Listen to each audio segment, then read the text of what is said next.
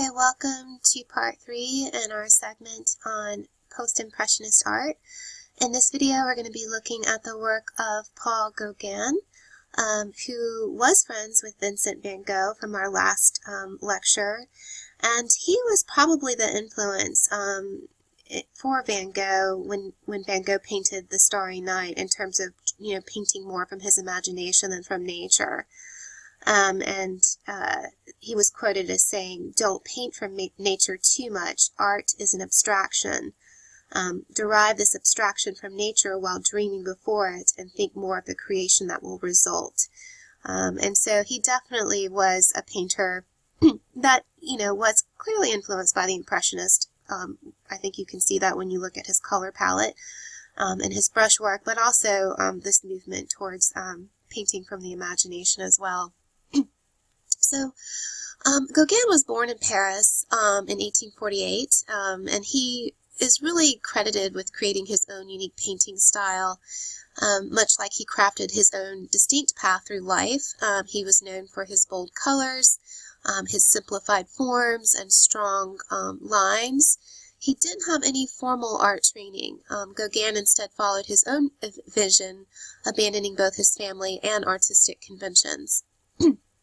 And that's something else we're starting to see, artists that are self-taught and not these students from these government academies and schools. So that's another trend I think we start to see in the 19th century works. So this is one of his images. It depicts a scene from the Bible, Jacob wrestling the angel.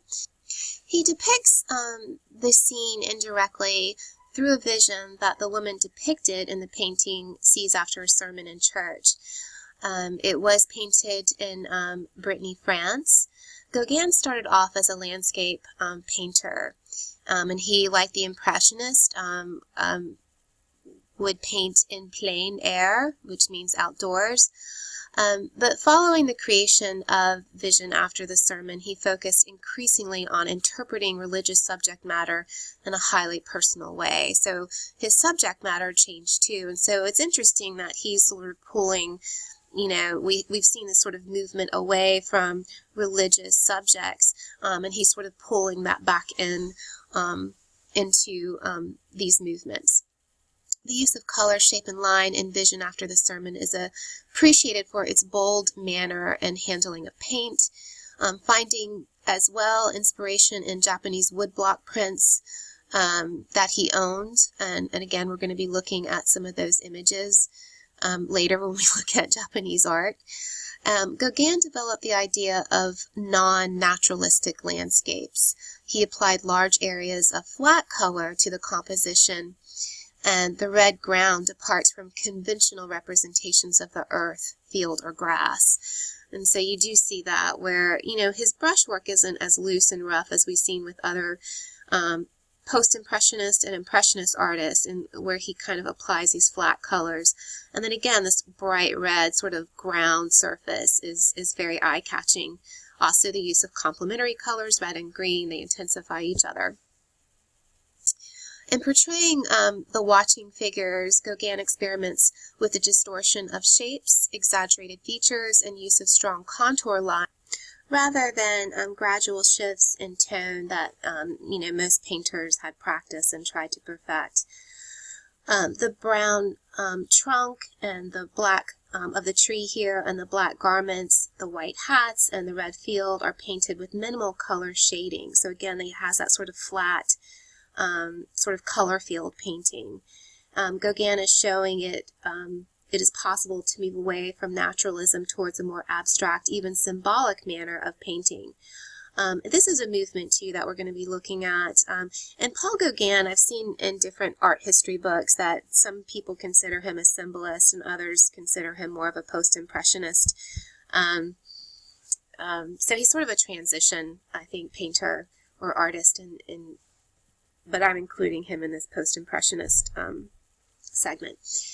While formal elements of Gauguin's painting reflect the influence of Japanese prints, his choice of subject matter and composition are uniquely his own. Gauguin structured the painting by placing a tree trunk diagonally through the center. I think you know that that diagonal is very dynamic and, gives a sense of movement.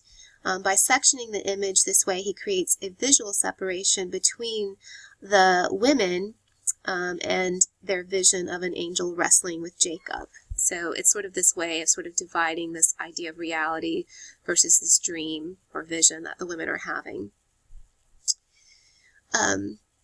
This compositional decision is developed to frame the main subject of the painting. The curve of the trunk follows the line of the head of the centermost figure.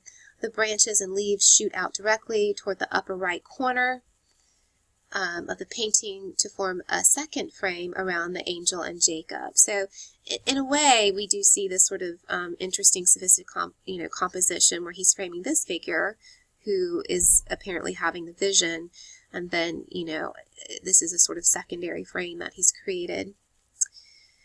The overall perspective of this painting is purposefully skewed. Obviously, it's not done in one-point linear perspective, but it does have a sense of depth, and this is effectively accomplished by clustering people in diminishing sizes along the left part of the composition.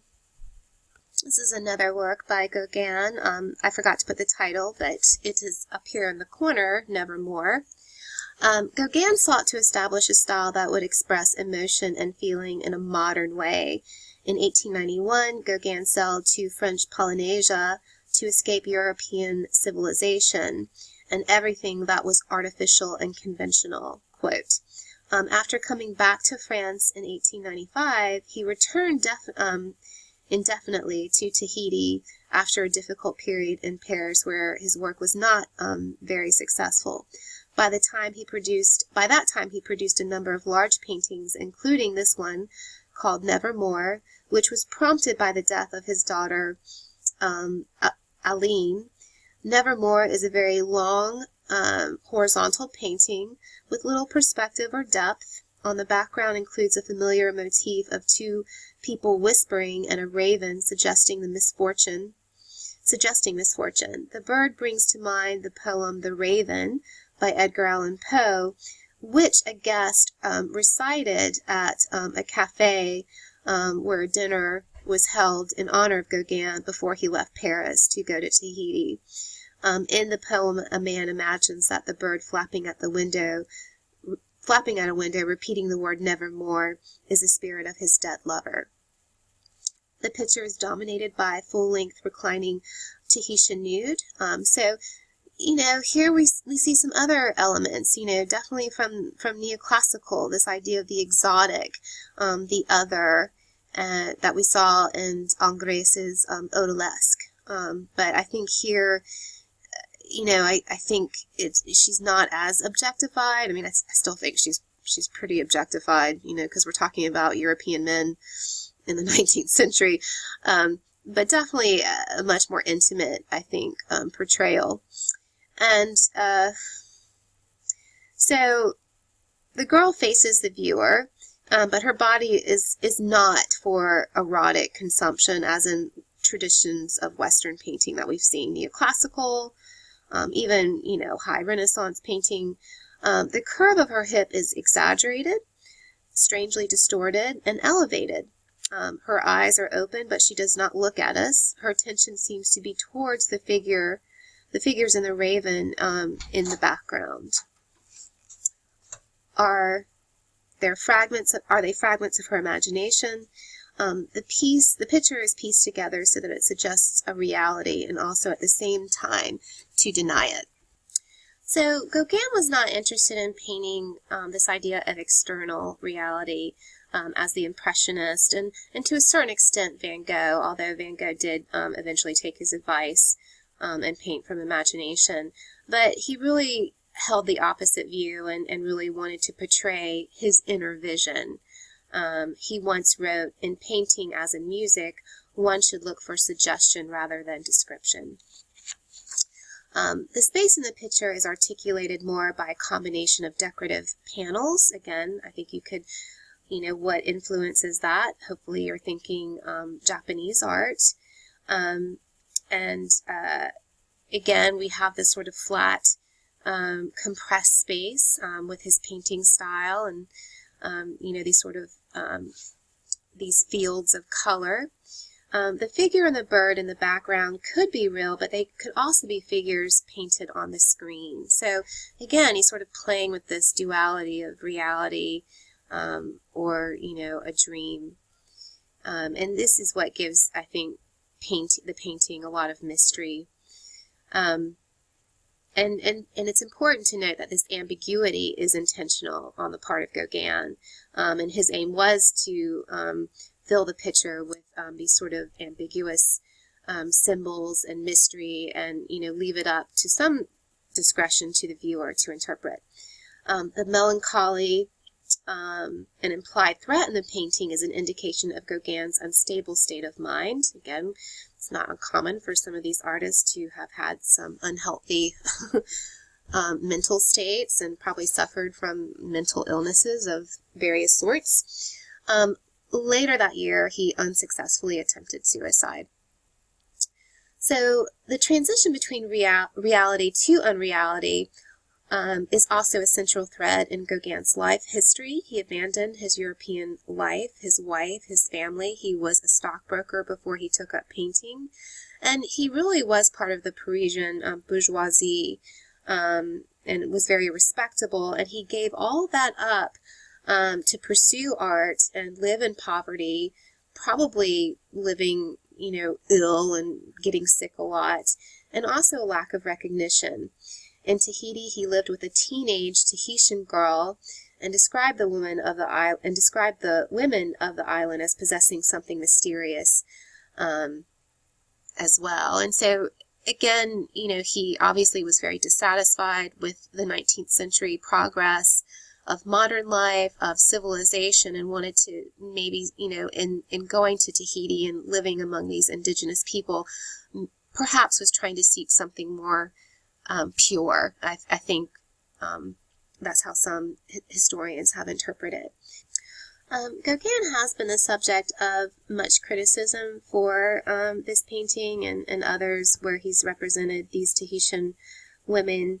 But it is important to keep in mind that we are looking and viewing a sort of a complex social structure that's very different than our 21st century perspective.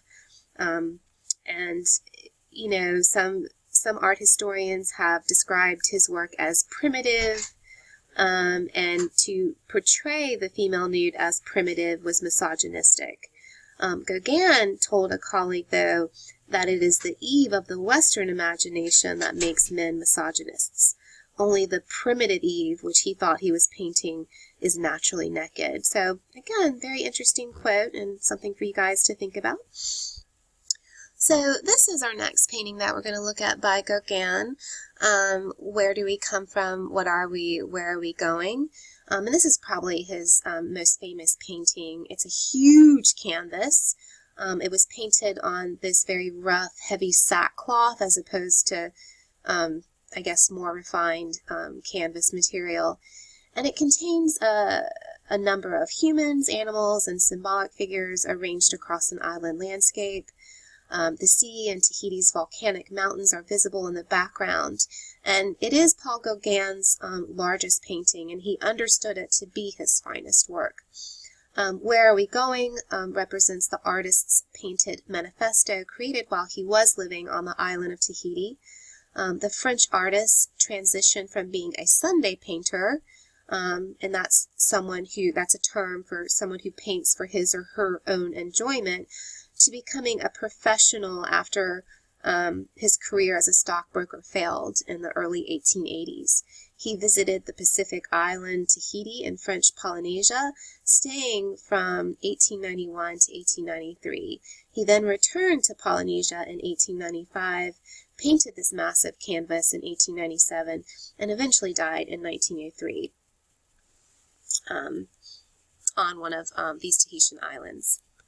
Gauguin wrote to his friend, Daniel de Montfred, who managed his career in Paris while the artist remained in the South Pacific.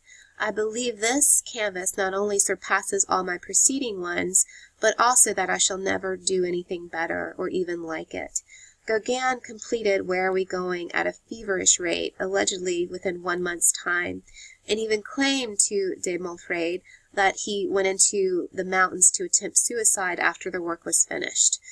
Gauguin, even the master of self-promotion and highly conscious of his image as a vanguard artist or rebel artist, may or may not have actually poisoned himself with arsenic, as he alleged, but this legend was quite pointedly in line with the painting's theme of life, death, poetry, and symbolic meaning.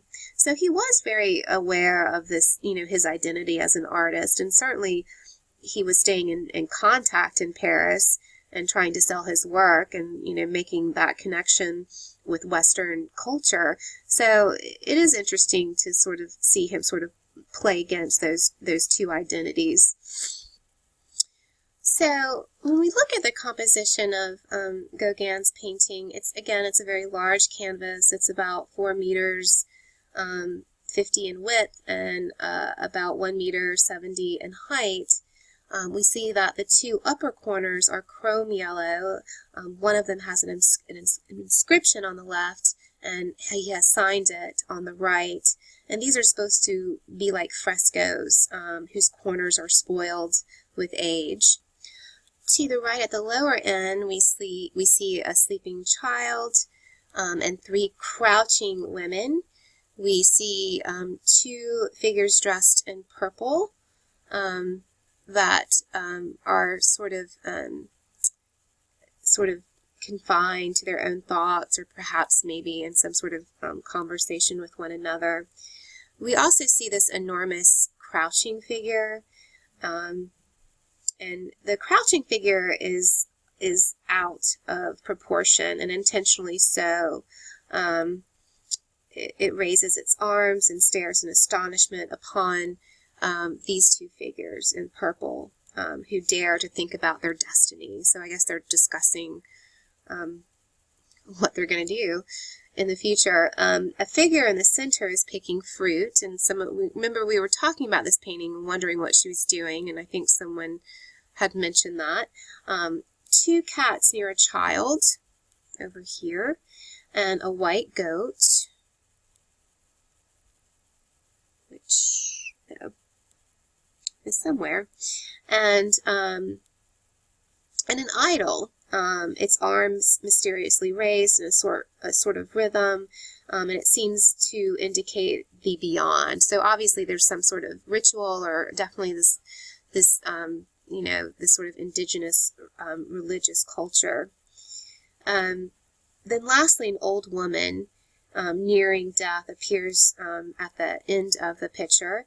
And she seems very accepting and sort of has resigned herself to her thoughts. And she completes the story. And so it is supposed to be read from left to right, and that was his intention. At the feet of the older woman, or the old woman, is a strange white bird, and it holds a lizard in its claws. And this is supposed to represent the futility of words. And yeah, so there's a lot going on. There's a lot of symbolism. Oh, here's the goat, I think. Oh, here's the goat. So very, very interesting composition going on. And so he sort of described this picture as a finished philosophical work on a theme comparable to that of the gospel. And so again, he's sort of relating or referencing his religious upbringing. So let's look at some details. So here's a detail of the woman picking the fruit, these 2 figures, and they do look like they're kind of talking and discussing and don't really seem interested in anybody else.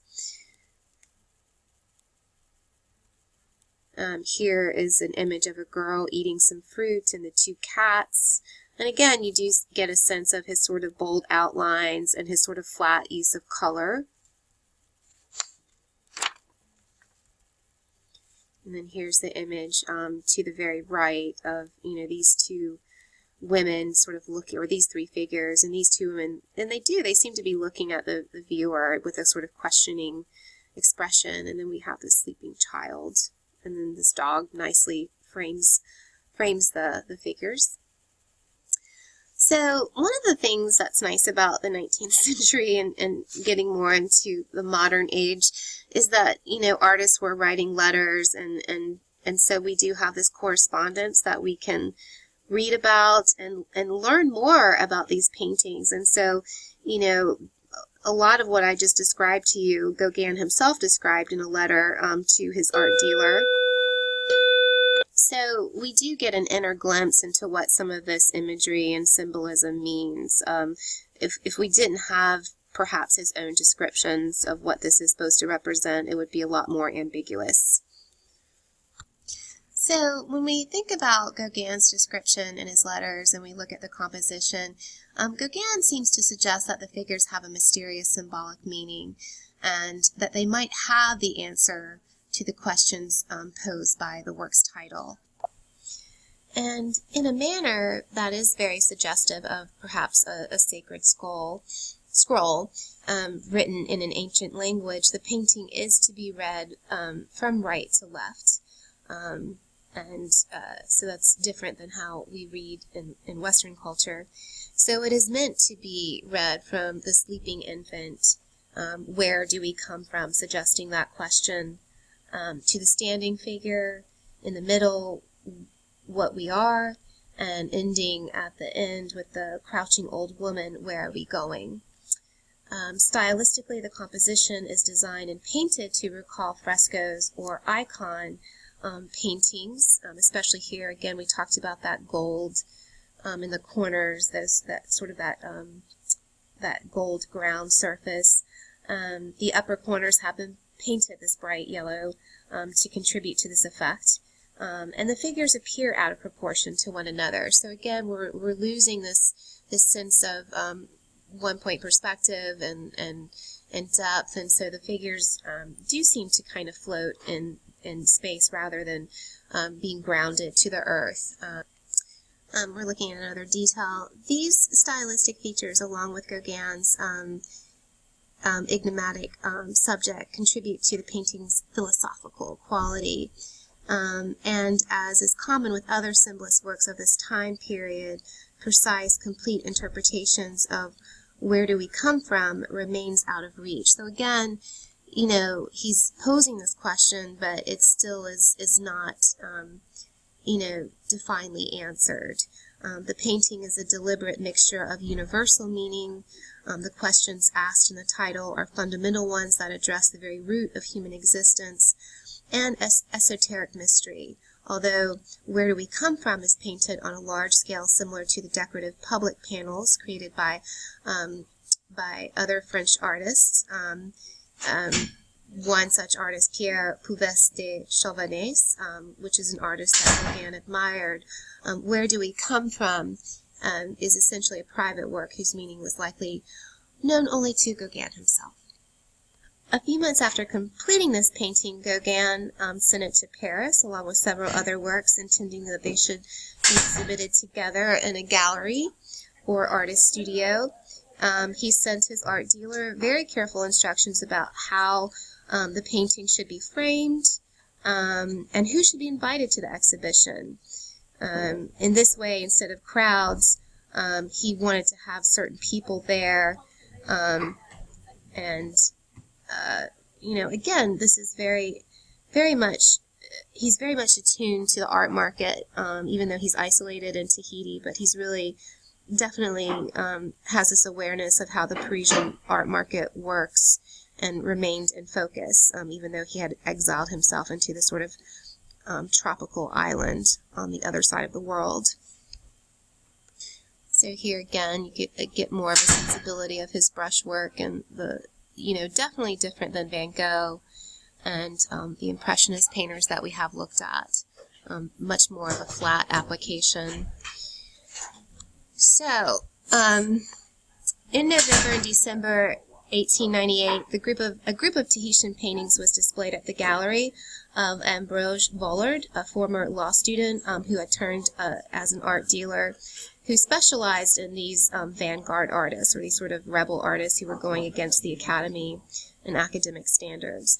Vollard seemed to have had difficulty selling the large piece as Gauguin had referred to it.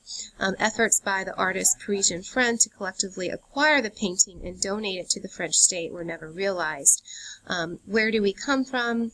Shuttled between galleries and private collections in France and Norway until the Museum of Fine Arts in Boston purchased it in 1936. So this concludes our segment on post-impressionism. We will be looking at symbolism and Art Nouveau in our next video, so stay tuned. As usual, if you can please make sure you reference and look at the Khan Academy videos associated with any of these works in your PowerPoint. They will be very helpful to you.